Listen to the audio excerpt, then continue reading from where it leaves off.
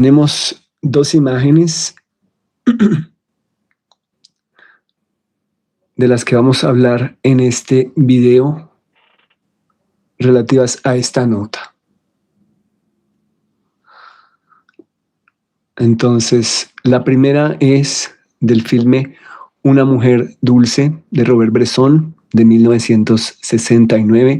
La segunda es de Mouchet de Robert Bresson de 1967. Ténganlas en mente. Les doy la bienvenida a este espacio. Notas sobre el cinematógrafo de Robert Bresson. La nota que vamos a estudiar hoy es traducir el viento invisible por el agua que esculpe a su paso. Es una nota breve, poética y, claro, provocadora.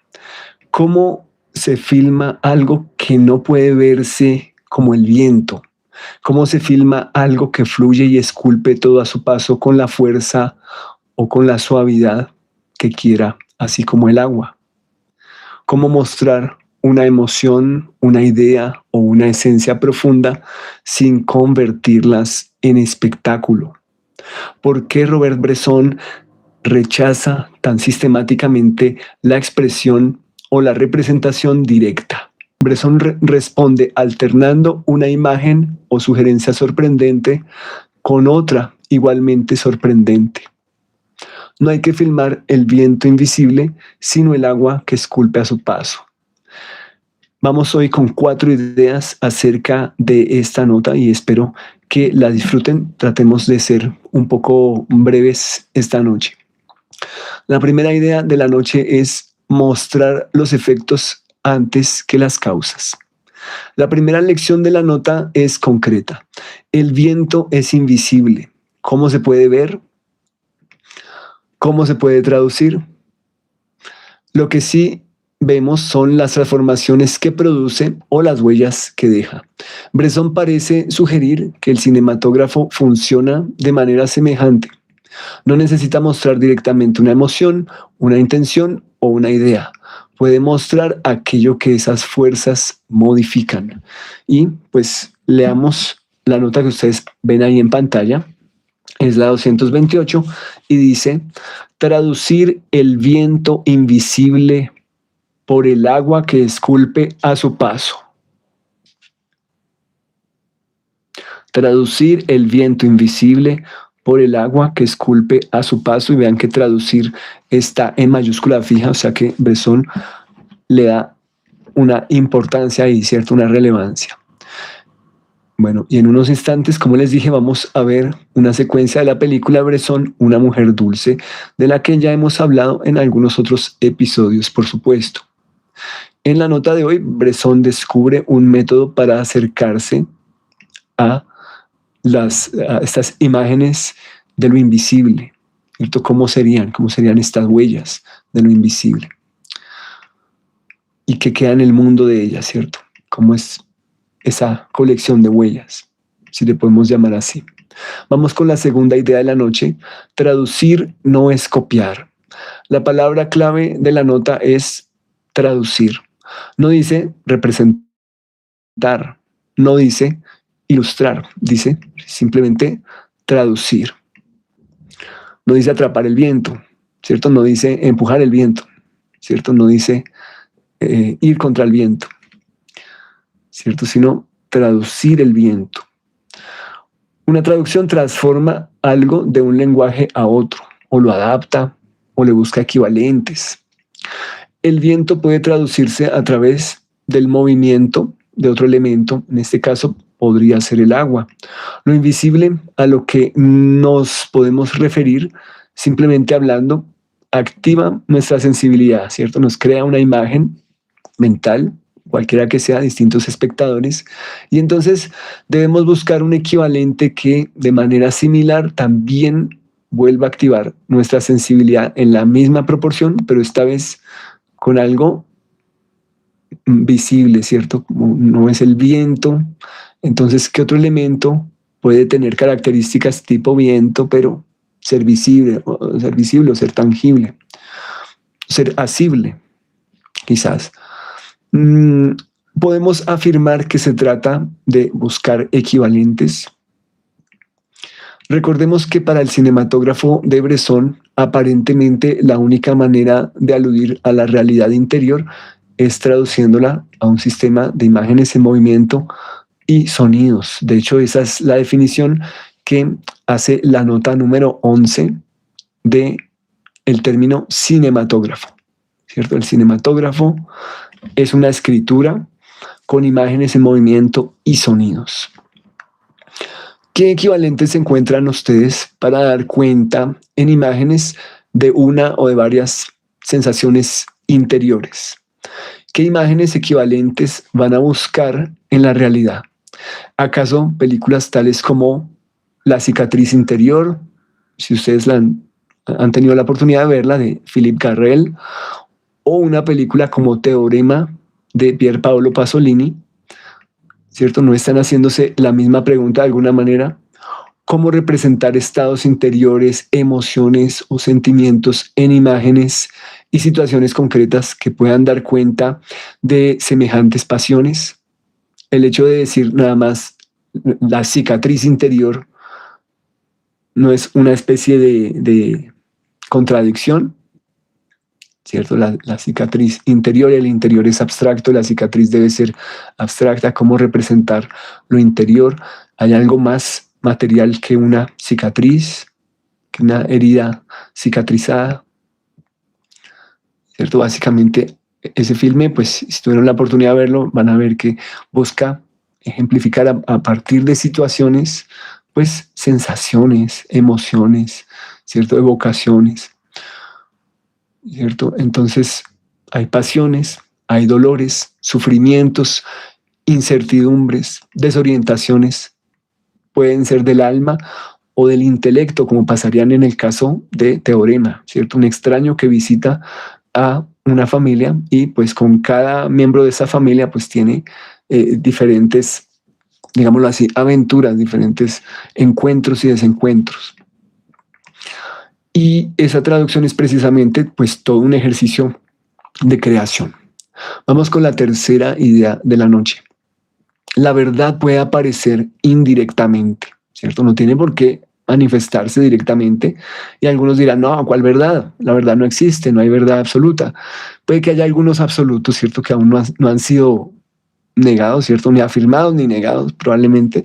Entonces, podríamos decir que hay una verdad, como por ejemplo la muerte, ¿cierto? La muerte de los seres vivos. Pues no se me ocurre una manera de negarla. Si ustedes la conocen, por favor, en este momento, pues contradíganme, corríjanme en ese aspecto. Estamos acostumbrados a pensar que la forma más sincera de mostrar algo consiste en ponerlo frente a la cámara directamente. Bresson sospecha lo contrario en sus notas. A veces lo indirecto revela más que lo explícito. Revela sobre lo que sea que no se ve o que no vio o que no se ha visto aún, y también información revela también acerca del mundo en el que las acciones han sido sugeridas o en el que las huellas han sido señaladas, ¿cierto? Lo material que queda, las huellas, los rastros, los indicios. Para Bresson, una consecuencia puede contener más verdad que una explicación. Veamos el ejemplo en una secuencia concreta de esa película a la que nos hemos referido, que es Una mujer dulce, ¿cierto? Como en 10 planos, ¿cierto? 10 planos, Bresson hace la introducción de esta película y básicamente todos los 10 planos son indicios. Creo que tengo que apuntarla. Este es el lugar correcto. Disculpen porque se va a ver invertida la imagen,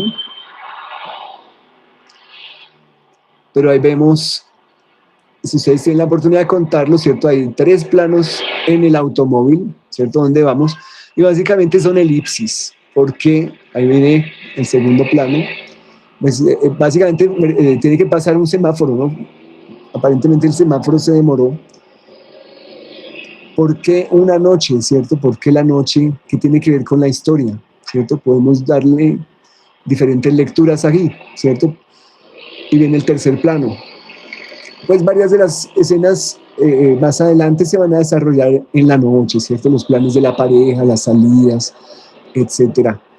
En la noche, en esas calles, digamos, más populares, calles donde hay juegos, donde hay, pues, vida nocturna, ¿cierto?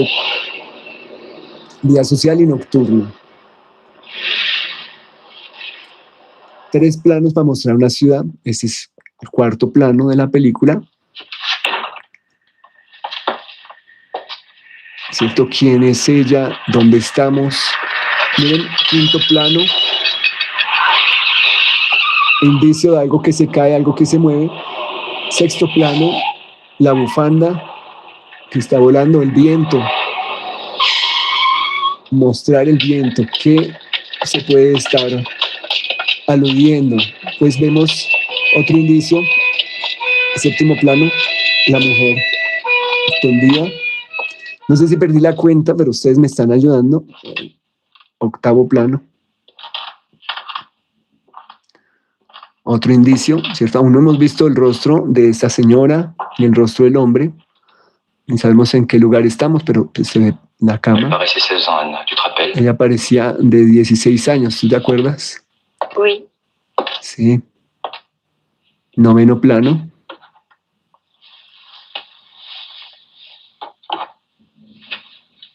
¿Cierto? La sangre, la bufanda. Y se vio parte de la chica. Y otro indicio, ¿qué es ese anillo? Y aquí comienza nuestra historia, ¿cierto? Fueron 10 planos de introducción de la película. Y les agradezco por la paciencia, ¿cierto? No es fácil mostrarlo así en vertical, pero ahí vimos 10 planos, algunos de ellos están signados por la elipsis, ¿cierto? El paso del tiempo, un salto de tiempo de mucho tiempo, ¿cierto? Que nos permite ver que ocurrieron muchas cosas, ¿cierto? Entre un plano y otro. Elipsis cortas cuando estábamos en la noche en la ciudad, viendo los automóviles, pero ya aquí, en esos sucesos, hay unos saltos de tiempo, unos pues más de continuidad inmediata, digámoslo así, lo que ocurrió en el balcón, fuera del balcón y allá en el andén de la calle, ¿cierto? Y luego pasa el tiempo y hay otra elipsis entonces, y luego vienen 3 planos, pues ya en el interior de esa habitación. Entonces, vimos especialmente el plano de la bufanda en el aire, ¿cierto? Que esa levedad, ¿cierto? Ese viento que, pues, viene mucho con nuestra nota de hoy, traducir el viento invisible, ¿cierto? En la otra secuencia que veíamos en Mouchet, pues tenemos el agua, ¿cierto? Y también se traduce algo que no habíamos visto, que ocurrió en el agua, ¿cierto? Otro cuerpo que cayó, ¿cierto? Y estas películas tienen eso en común, cuerpos que caen, un cuerpo que cae en el viento, un cuerpo que cae en el agua, pero las caídas en sí no se ven, sino que se sugieren. Entonces, esas imágenes que son indicios de esas caídas, pues dan ahí mucho para pensar. Entonces, yo les hago la invitación, la recomendación, si ustedes quieren seguir indagando en estas 2 películas que tienen mucho en común, entonces, por favor, sigan su instinto, sigan ¿cierto? Su intuición y trabajen quizás con eso que tienen en común. Entonces, ese es mi pequeño análisis de la noche. También aquí se escucha más bien un cuerpo que cae al agua. También hay, si en la otra película tenemos una bufanda, aquí tenemos uno de los vestidos que le regalan a Mouchet justo antes de esta situación, bueno, antes que la película termine, ¿cierto? Hacia el final. Entonces, en ambas dejan un indicio que es una prenda, ¿cierto? Y hay un elemento. En una está el viento, en la otra está el agua, ¿cierto? Pero recordemos los indicios de esas prendas también, ¿cierto? Bresson básicamente hace una traducción, ¿cierto? De una solución de película a película, él mismo se traduce. Eso, gracias nuevamente por la paciencia, la atención, ¿cierto? Mucha gente a veces no tiene la paciencia para ver clips de más de 3 segundos, ¿cierto? Entonces vamos con mucha calma y paciencia. En estas imágenes podemos ver, entre otras cosas, reserva, espera, contención, sobre las cuales pues ya hemos hablado en notas ya previamente estudiadas. Bresson ha puesto en práctica el uso de las sugerencias y las huellas. No se trata aquí de ocultar información, porque sí, se trata de comprender que ciertas realidades solo pueden conocerse mediante sus manifestaciones. Vamos con la cuarta idea de la noche. El cinematógrafo es un arte de las huellas. Quizá esta sea la consecuencia más amplia de la nota, ¿cierto? Y lo vemos de película a película, habría otros ejemplos, otras huellas, y Bresson está siempre como en ese pasito adelante, pasito atrás, ¿no? Como la elipsis, por un lado, mucho uso de elipsis, pero también mucho uso de los indicios, de la huella, del aquí pasó algo que no te mostré directamente, pero quedó sugerido, y ya pasemos a la elipsis aquí. Bueno, otra vez nos saltamos el tiempo y eso quedó también a tu imaginación. Entonces son unos ejercicios de no mostrar las cosas directamente, ¿cierto? Porque para eso tú tienes imaginación, ¿cierto? Y también tu oído te ayudó a mostrar gran parte de lo que la imagen no mostró. El cinematógrafo de Bresson no busca capturar únicamente cosas visibles, busca registrar rastros, huellas de una presencia, huellas de una decisión, huellas de una emoción, huellas de una transformación interior. Como les digo, esa transformación interior, si la hay, queda a la imaginación, como por ejemplo la de una mujer dulce, en lo que vimos aquí, cómo es esa transformación para que ella tome esa decisión, ¿cierto? De ese salto que no vimos. O en 4 noches de un soñador, ¿cierto? También hay muchos pequeños acontecimientos sugeridos que no los vemos necesariamente, pero sí los escuchamos parcialmente a través de su magnetófono, de los diarios en audio que hace el personaje, de las notas de audio, como diríamos en nuestra época. Entonces, hay unos muy intensos donde hay un despliegue de emociones, ¿cierto? Pero no vimos ni escuchamos cuándo fueron grabadas, sino que solamente las reproduce ya después. Entonces, es otra operación que Bresson utiliza para desdramatizar, ¿cierto? Desdramatiza la caída de Mouchet, la caída de la protagonista, una mujer dulce, y también desdramatiza pues, las grabaciones y las pasiones del protagonista de 4 noches de un soñador. En cuestión de imágenes visuales, ¿cierto? Hay que distinguirlas, las imágenes visuales de las imágenes auditivas. En las visuales, la cámara no persigue la causa directamente, persigue aquello que la causa deja tras de sí. Y como ya hemos mencionado en varias ocasiones, para Bresson las emociones pueden existir, claro, en sus películas, pero solo si son construidas en el montaje a partir de relaciones entre imágenes e imágenes, imágenes y sonidos con sonidos. Entonces, bueno, estas fueron las 4 ideas de esta noche. Gracias por toda la paciencia. A manera de conclusión, podemos afirmar que con una sola frase, Bresson nos propone una definición sorprendente del cinematógrafo. No consiste en mostrar a secas lo invisible, sino que probablemente consiste en encontrar aquello visible donde lo invisible ha dejado su marca.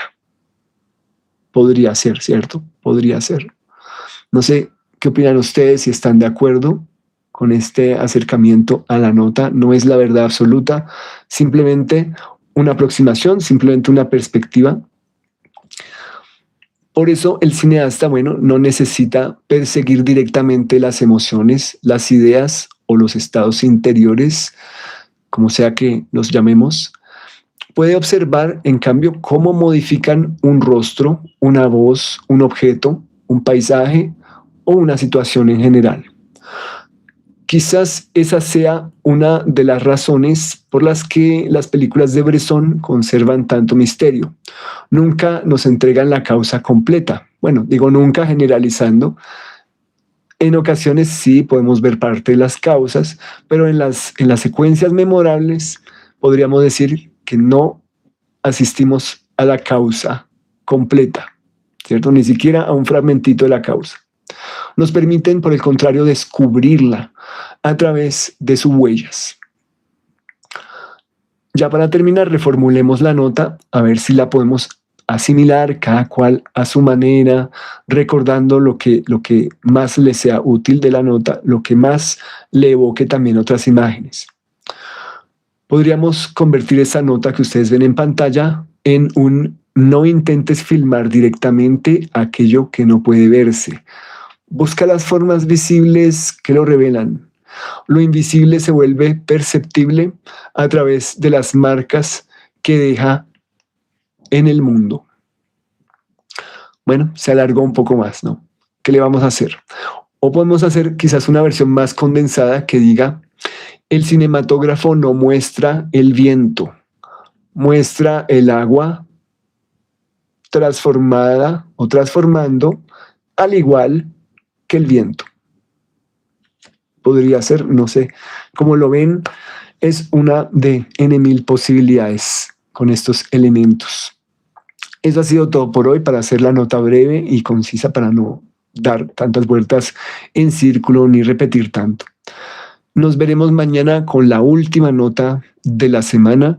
Deseo que descansen muchísimo, que tengan una excelente noche. Nos vemos.